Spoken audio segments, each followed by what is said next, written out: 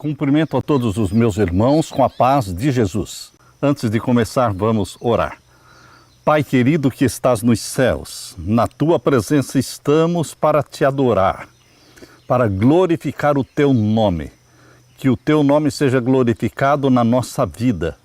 Derrama sobre mim e os meus irmãos o Espírito Santo neste momento para o estudo da tua palavra. Em nome de Jesus. Amém, Senhor. Meus queridos irmãos, hoje Deus colocou no nosso coração o tema para estudar com vocês. Salvos pela fé, recompensados pelas obras. Medite um pouco nisso. Salvos pela fé, recompensados pelas obras. Abra sua Bíblia e vamos ler Romanos capítulo 5 e o verso 1. Romanos capítulo 5 e o verso 1. Sendo, pois, justificados pela fé, temos paz com Deus por nosso Senhor Jesus Cristo. Justificados é o mesmo que salvos. Salvos pela fé. Temos paz com Deus por nosso Senhor Jesus Cristo. E também em Romanos capítulo 3. Romanos capítulo 3 e o verso 20. Por isso, nenhuma carne será justificada diante dele pelas obras da lei, porque pela lei vem o conhecimento do pecado. Verso 28. Concluímos, pois, que o homem é justificado pela fé sem as obras da lei. Meu querido irmão, não resta dúvida de que a salvação só existe mediante a fé em Jesus Cristo, o nosso Salvador. O único caminho que nos leva para o céu é a fé em Jesus Cristo como nosso Salvador. Mas onde ficam as obras? Vocês sabem que existe um equilíbrio entre fé e obras. Embora sejamos salvos pela fé, e isso a Bíblia deixa muito claro, mas a Bíblia também afirma categoricamente que a recompensa será pelas obras. Por isso, eu quero que você leia comigo agora o que está em Colossenses. Colossenses capítulo 3, e os versos 23 a 24. E tudo quanto fizerdes, fazei-o de todo o coração, como ao Senhor, e não aos homens, sabendo que recebereis do Senhor o galardão da herança, porque a Cristo o Senhor servis. Queridos, há pessoas que pensam que é errado servir a Deus pensando na recompensa. Embora você não possa desejar o céu com medo do inferno, este não pode ser um motivo. Ninguém pode desejar o céu por medo do inferno. Porém, nós podemos sim desejar o céu por amor à recompensa que Jesus nos dará. Por amor à coroa de ouro da vida eterna que Jesus colocará sobre a nossa cabeça. Não tem como você tirar da mente do cristão, do filho e da filha de Deus, a recompensa, o galardão. Porque o galardão é viver na presença de Deus. A recompensa é receber das mãos de Jesus a coroa da vida eterna. Queridos, não tem como separar a salvação pela fé em Jesus Cristo e a recompensa pelas obras. Convido você para ler também Romanos capítulo 2 e o verso 6. A carta de Paulo aos Romanos, capítulo 2 e o verso 6. Paulo aqui escreveu: o qual recompensará cada um segundo as suas obras. Seremos recompensados segundo as nossas obras, segundo a vida que vivemos na terra, na proporção em que refletimos o caráter de Jesus. Eu convido você também para ler primeira carta de Paulo aos Coríntios, capítulo 15. Primeira carta de Paulo aos Coríntios, capítulo 15 e o verso 58. Portanto, meus amados irmãos, sejam firmes, constantes, sempre abundantes na obra do Senhor, sabendo que o vosso trabalho não é vão no Senhor. Sabendo que o trabalho que você realiza para Deus na terra não é vão no Senhor. Por quê? Porque haverá uma recompensa. Deus paga tudo o que você faz para Ele.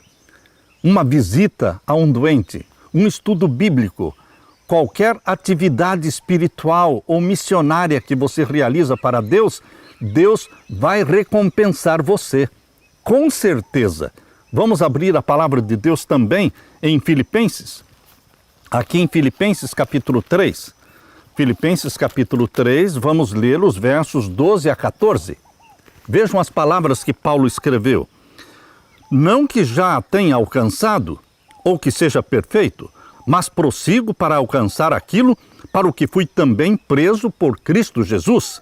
Irmãos, quanto a mim, não julgo que eu haja alcançado, mas uma coisa faço, e é que, esquecendo-me das coisas que atrás ficam, e avançando para as que estão diante de mim, prossigo para o alvo, pelo prêmio da soberana vocação de Deus em Cristo Jesus. Veja, o que significa esta palavra de Paulo? Pelo prêmio da soberana vocação de Deus em Cristo Jesus. O prêmio é a recompensa. O prêmio é o galardão. Prossigo para o alvo. Prossigo para receber o prêmio que Jesus Cristo me dará naquele dia.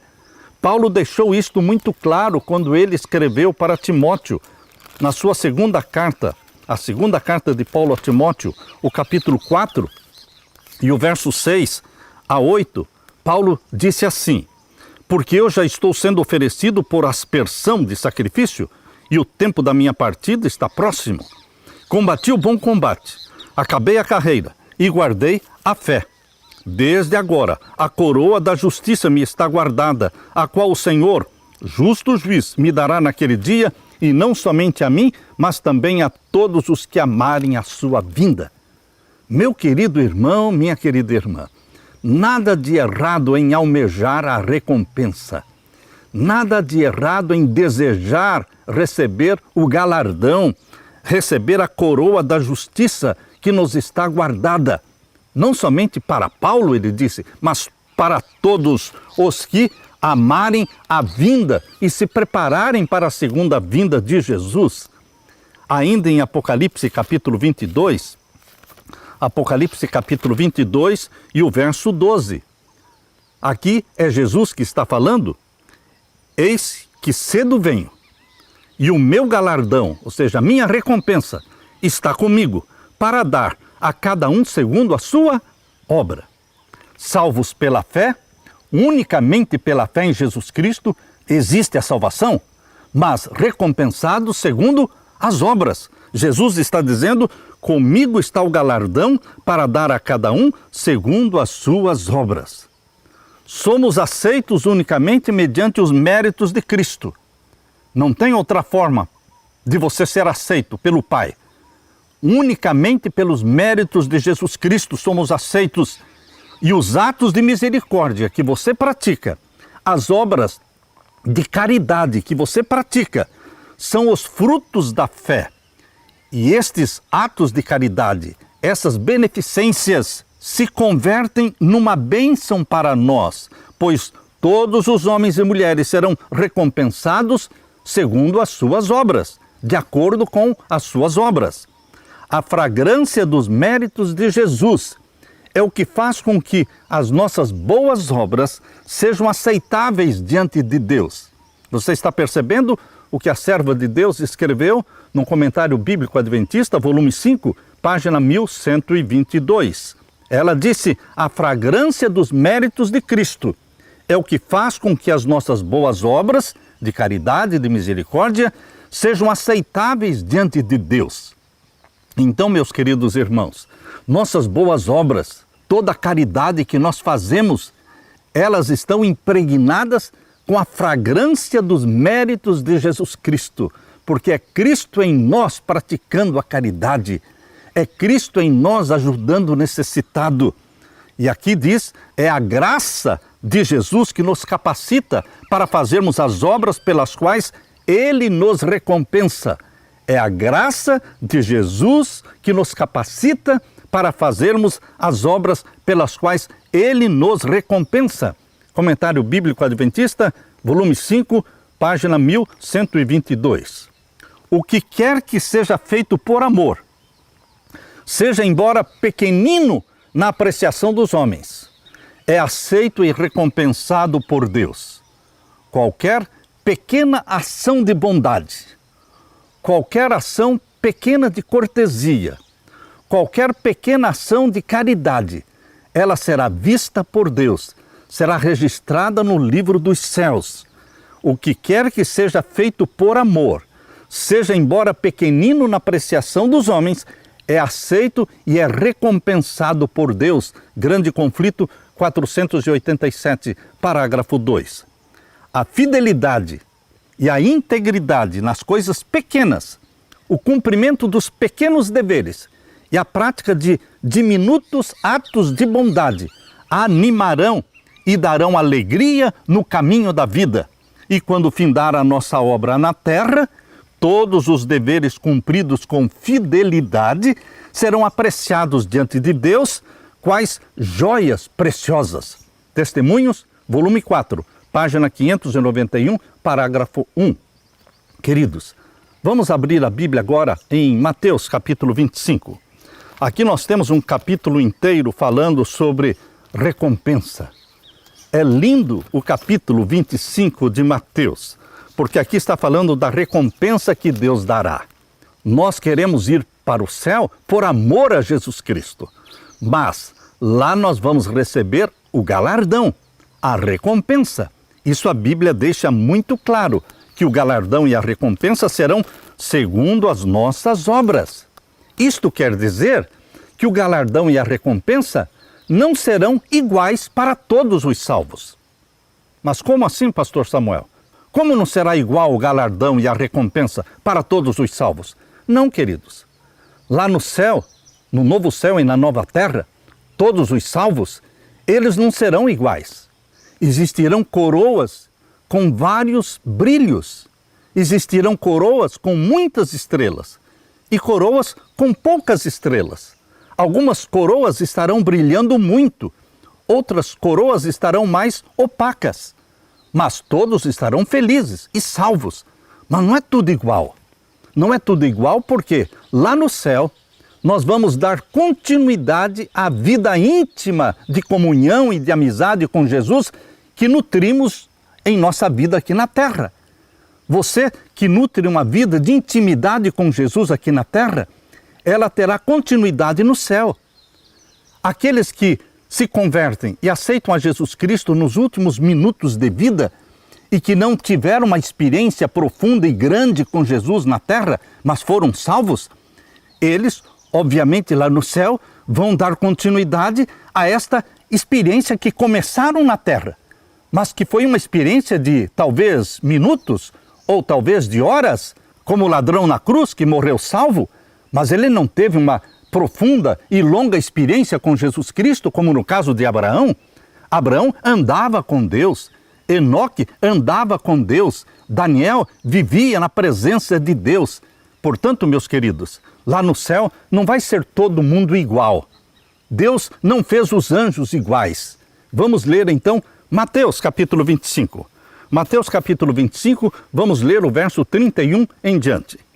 E quando o Filho do Homem vier em sua glória e todos os santos anjos com ele, então se assentará no trono da sua glória. E todas as nações serão reunidas diante dele. E apartará uns dos outros como o pastor aparta os bodes das ovelhas. E porá as ovelhas à sua direita, mas os bodes à esquerda. E então dirá o rei aos que estiverem à sua direita: vinde benditos de meu Pai, possuí por herança o reino que vos está preparado desde a fundação do mundo. Porque eu tive fome e me destes de comer, eu tive sede e me destes de beber, eu era estrangeiro e me hospedastes, estive nu e me vestistes, eu adoeci e me visitastes, estive na prisão e fostes ver-me. Estão percebendo as obras de caridade, a bondade manifestada na vida dos salvos, dos filhos e filhas de Deus? Verso 37. Então os justos lhe responderão dizendo: Senhor, quando te vimos com fome e te demos de comer, ou com sede e te demos de beber? E quando te vimos estrangeiro e te hospedamos, ou nu e te vestimos? E quando te vimos enfermo ou na prisão e fomos ver-te? E respondendo o rei lhes dirá: em verdade vos digo, que quando fizestes a um destes meus pequeninos irmãos, a mim o fizestes. Estão percebendo, queridos irmãos e irmãs? Jesus Cristo está dizendo que Ele leva em conta, que Ele registra cada pequenino ato de bondade, de caridade, que você faz para um destes pequeninos irmãos de Jesus Cristo. Os pobres, os carentes, os necessitados, os que batem à porta da sua casa, aqueles que você encontra pela rua, que são pessoas necessitadas, aqueles que não têm teto, aqueles que estão vivendo uma vida de carência. Eles precisam da ajuda dos filhos e filhas de Deus. Jesus Cristo considera todos estes atos de caridade, meu querido irmão. E com relação aos ímpios, perceba o que Jesus Cristo fala aqui em Mateus 25 e o verso 41. Então dirá também aos que estiverem à sua esquerda: apartai-vos de mim, malditos, para o fogo eterno, preparado para o diabo e os seus anjos, porque tive fome e não me destes de comer, tive sede e não me destes de beber, sendo estrangeiro, não me recolhestes, estando nu, não me vestistes, e enfermo e na prisão, e não me visitastes? Então eles também lhe responderão, dizendo: Senhor, quando te vimos com fome ou com sede, ou estrangeiro, ou nu, ou enfermo, ou na prisão, e não te servimos? Então lhes responderá, dizendo: em verdade vos digo que quando a um destes pequeninos o não fizestes, não o fizestes a mim. Quando não fizestes a um destes pequeninos necessitados, não fizestes a mim. Queridos, nenhum ato de serviço altruísta, nenhuma caridade, por menor que seja, por mais simples que seja, é perdido. Tudo é registrado, tudo é valorizado aos olhos de Deus. Um prato de comida, uma refeição, mediante os méritos da imputada justiça de Cristo, a fragrância de tais palavras e atos será para sempre conservada. Filhos e filhas de Deus, página 270, parágrafo 5. Agora veja o que Deus escreveu através da sua serva no Comentário Bíblico Adventista, volume 6, página 1104, parágrafo 10. A recompensa, as glórias do céu, concedidas aos vencedores, estarão em proporção com o grau em que tenham representado o caráter de Cristo perante o mundo. Eu vou ler de novo, porque isto aqui é para você avaliar. A recompensa, as glórias do céu, concedidas aos vencedores, estarão em proporção com o grau em que tenham representado o caráter de Cristo perante o mundo. Em proporção com o grau como você refletiu o caráter de Cristo no mundo. A coroa da vida será brilhante ou opaca. Estão percebendo? É Deus que escreveu através da sua serva.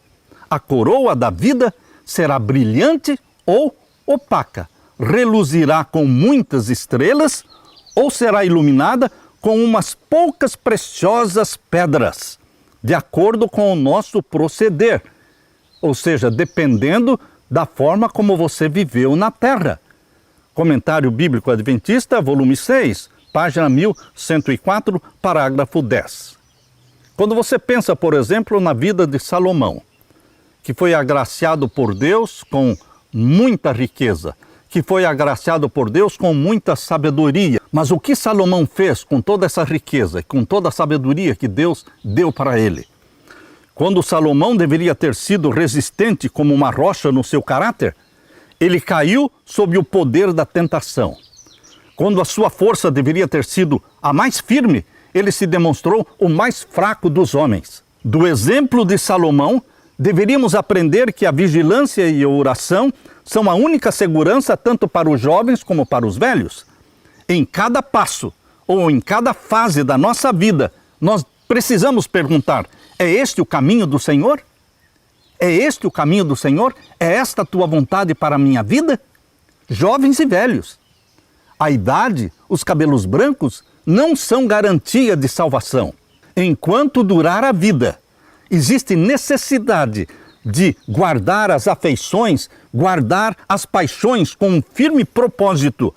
Existe corrupção no interior e existem tentações exteriores. Não podemos nos considerar seguros em momento algum na nossa viagem para o céu, a menos que confiemos em Deus e escondamos a vida com Cristo em Deus. Ninguém se arrisque no pecado como Salomão fez.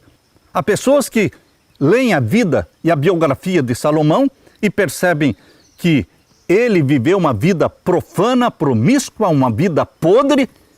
Ele serviu a Satanás, queimou crianças a Moloque.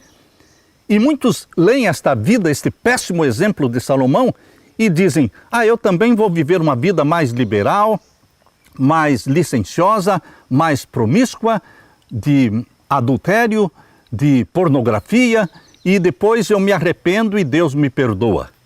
Estão brincando com Deus. Não brinque com Deus. Salomão, embora perdoado na sua velhice, ele arriscou a sua salvação. E a recompensa de Salomão, a coroa da vida eterna de Salomão, não terá todo o brilho que poderia ter. Lembrem-se que lá no céu, algumas coroas vão brilhar muito e outras coroas serão o quê? Opacas. Então, queridos, de Salomão a Bíblia diz que suas mulheres lhe perverteram o coração para seguir outros deuses. E o seu coração não era de todo fiel para com o Senhor seu Deus. 1 Reis 11, verso 4. A má influência tem um poder perpetuador. E a má influência de Salomão está falando até hoje. Até hoje, muitos têm Salomão como seu personagem bíblico preferido. Por quê? Porque ele viveu uma vida profana. Ele teve 1000 mulheres, 700 esposas, 300 concubinas. Queridos, Salomão se tornou um péssimo exemplo. E a serva de Deus diz: a má influência tem um poder perpetuador. A fraqueza de Salomão e o pecado dele foram transmitidos de geração a geração. E hoje existe um grupo de cristãos que se espelham em Salomão. O mais poderoso governante da terra falhou no governo das suas próprias paixões. Salomão pode ter sido salvo como que do fogo, mas seu arrependimento não pôde apagar aqueles lugares altos, aqueles altares que ele construiu para Baal, aqueles altares que ele construiu para queimar crianças a Moloque, a Satanás. O arrependimento dele foi sincero, mas a influência dele foi perniciosa e dura esta perniciosidade até hoje na vida de muitas pessoas. Ele desonrou a Deus, preferindo ser controlado pela luxúria a ser participante da natureza divina. Nós transmitimos uma herança ou para o bem ou para o mal. Serão nossa vida e nosso exemplo uma bênção ou maldição? Ao contemplar a nossa sepultura, alguém pode dizer: ele me arruinou, ele foi uma maldição na minha vida. Ou alguém pode olhar para a sua sepultura e dizer: ele me salvou. Ele foi o canal de bênçãos de Deus na minha vida e ele trouxe para mim a salvação em Jesus Cristo. O que as pessoas dirão acerca de você? Tem se falado acerca dos homens de cabelos brancos, dos idosos, que não há perigo deles recuarem do posto do dever. Mas no caso de Salomão, sabemos que quando ficou velho, perdeu a sua ligação com Deus. E por quê? Porque correu atrás da fama, correu atrás da honra, das riquezas deste mundo, porque tomou esposas dentre as nações idólatras e porque aliou-se com outras nações. Queridos, o arrependimento de Salomão foi sincero, mas o dano, o prejuízo, o estrago que o exemplo das suas más práticas produziram não pode ser desfeito. Muitos foram levados a se transviarem por causa do exemplo de Salomão. Sua influência para o bem foi grandemente enfraquecida. Entre as muitas lições da vida de Salomão, nenhuma é mais fortemente salientada que o poder da influência, ou para o bem ou para o mal. E mesmo que você se arrependa, queridos, a coroa da vida eterna não será igual para todo mundo. Nós lemos Comentário Bíblico, volume 6, página 1104, parágrafo 10. A coroa da vida será brilhante ou opaca? Reluzirá com muitas estrelas ou será iluminada com umas poucas pedras preciosas de acordo com o nosso proceder aqui na terra? Mediante a abnegação, praticando o espírito missionário, enchendo a nossa vida com todas as boas obras possíveis e procurando assim representar Jesus no caráter, de modo a ganharmos muitas almas para a verdade, teremos colocado o olhar no galardão. O galardão que vamos receber do nosso Senhor Jesus Cristo. Isto nós lemos de uma forma muito clara e inspiradora no livro de Daniel. Quando você abre o livro de Daniel, capítulo 12, e o verso 3, nós podemos ler: os entendidos, pois, resplandecerão como o resplendor do firmamento, e os que a muitos ensinam a justiça refulgirão como as estrelas sempre e eternamente. Os que a muitos ensinam a justiça refulgirão como as estrelas sempre e eternamente. Os entendidos na palavra de Deus, na doutrina da salvação, os que salvam almas, eles refulgirão como estrelas sempre e eternamente. Cada um que foi salvo por intermédio destas pessoas que foram canais missionários de Deus, cada um que foi salvo por intermédio deles, acrescenta estrelas à sua coroa de glória. Cada alma que você ganha é uma estrela na sua coroa, aumentando a recompensa eterna.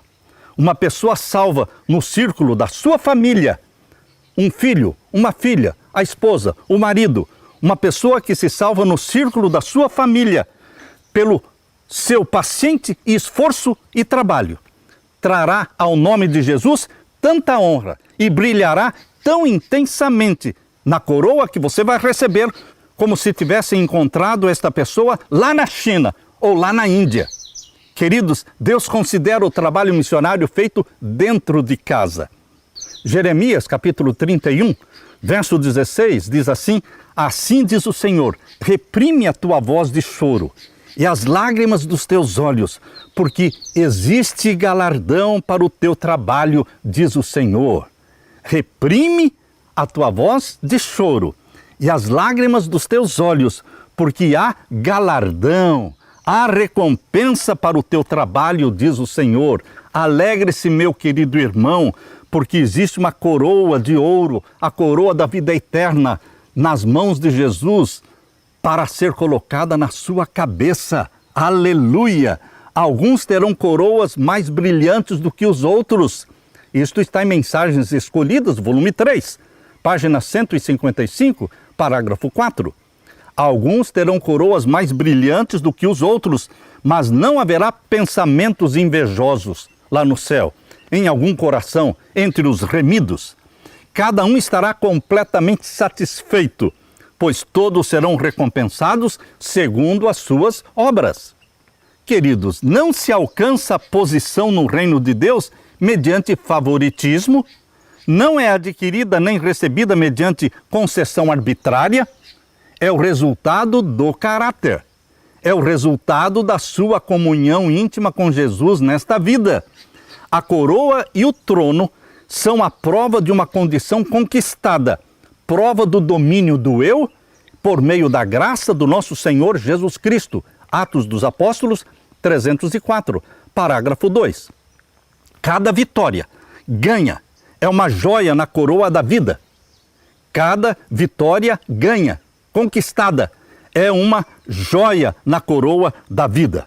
Por isso, Tiago, capítulo 1, verso 12, diz: bem-aventurado o varão que resiste à tentação, Tiago 1, 12, porque quando for provado, receberá a coroa da vida, a qual o Senhor tem prometido aos que o amam. O caráter formado segundo a semelhança de Jesus é um único tesouro que deste mundo podemos levar para o futuro. Vou repetir, estou lendo Parábolas de Jesus, 176, parágrafo 3. O caráter formado segundo a semelhança divina é o único tesouro que deste mundo podemos levar para o futuro. Aqueles que nesta vida estão sob a instrução de Jesus levarão consigo para as mansões celestes todo o aprendizado divino.